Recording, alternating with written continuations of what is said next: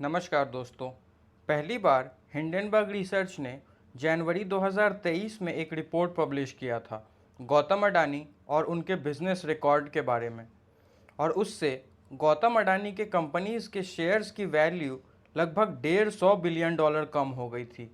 कल हिंडनबर्ग ने एक और रिपोर्ट पब्लिश की और आरोप लगाया कि securities and exchange board of India यानी सेबी की चीफ माधवीपुरी बुच और उनके हस्बैंड की इन्वेस्टमेंट भी अडानी ग्रुप में है। और ऐसे में हिंडनबर्ग की पहली रिपोर्ट के बाद जो इन्वेस्टिगेशन अडानी ग्रुप पर शुरू हुआ था उसमें मेजर कॉन्फ्लिक्ट ऑफ इंटरेस्ट है। शुरू से शुरू करते हैं। बात है 24 जनवरी 2023 की। अमेरिका की एक शॉर्ट सेलर कंपनी है हिंडनबर्ग रिसर्च। इस कंपनी का एक्सपर्टीज़ फाइनेंशियल रिसर्च में है और इसका काम कॉरपोरेट फ्रॉड्स और फाइनेंशियल इरेगुलरिटीज़ को एक्सपोज करना है। तो 25 जनवरी को हिंडनबर्ग ने एक रिपोर्ट पब्लिश की और अडानी ग्रुप पर स्टॉक मैनिपुलेशन और अकाउंटिंग फ्रॉड का आरोप लगाया। हिंडनबर्ग ने यह भी कहा कि अडानी ग्रुप ने दूसरे देशों में रजिस्टर्ड शेल कंपनीज का यूज़ करके स्टॉक्स की कीमत में हेर फेर किया है। और तो और अडानी ग्रुप के ऊपर बहुत ज़्यादा कर्ज भी है जो कि ठीक नहीं है।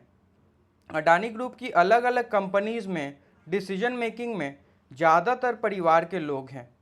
कंपनी ने उस टाइम पर इन सभी बातों को रिजेक्ट किया और गलत और दुर्भाग्यपूर्ण बताया, यानी कि फैक्ट्स को तोड़ मोड़ कर दिखाने की बात की। मगर उस टाइम मार्केट ने कुछ और ही बात कर दी और देखते ही देखते अडानी ग्रुप की अलग अलग कंपनीज से करीब 150 बिलियन डॉलर कीमत की शेयर्स की वैल्यू कम हो गई। पूरे मार्केट में एक पैनिक था और लोग उस पैनिक को महसूस कर रहे थे। आग पॉलिटिकली भी लगी और ऑपोजिशन ने पीएम नरेंद्र मोदी और गौतम अडानी के बीच कनेक्शन को मुद्दा भी बनाया। इंडियन इन्वेस्टर्स का बहुत सारा पैसा लॉस हुआ था, तो सुप्रीम कोर्ट ने भी सुओ मोटो ये केस अपने में ले लिया और सेबी से एक इन्वेस्टिगेशन कराने की बात की। और क्योंकि इन्वेस्टिगेशन की स्पीड बहुत स्लो थी, तो अब हिंडनबर्ग ने यह नया खुलासा किया है।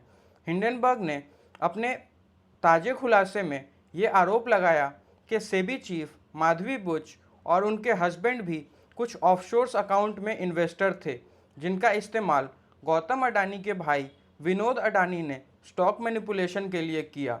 और सिंस सेबी चीफ भी एक इन्वेस्टर हैं, इसलिए इन्वेस्टिगेशन की स्पीड काफ़ी स्लो कर दी गई, ऐसा हिंडनबर्ग का कहना है।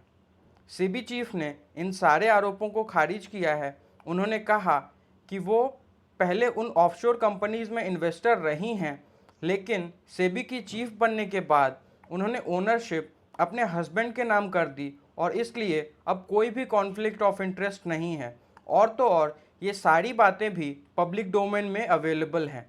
अडानी ग्रुप ने भी आरोपों को खारिज किया है और तोड़ मरोड़ कर पेश कराने की बात की है। मगर आज मार्केट खुलने पर अडानी ग्रुप के शेयर्स की कीमत करीब 10 बिलियन डॉलर फिर से गिर गई है।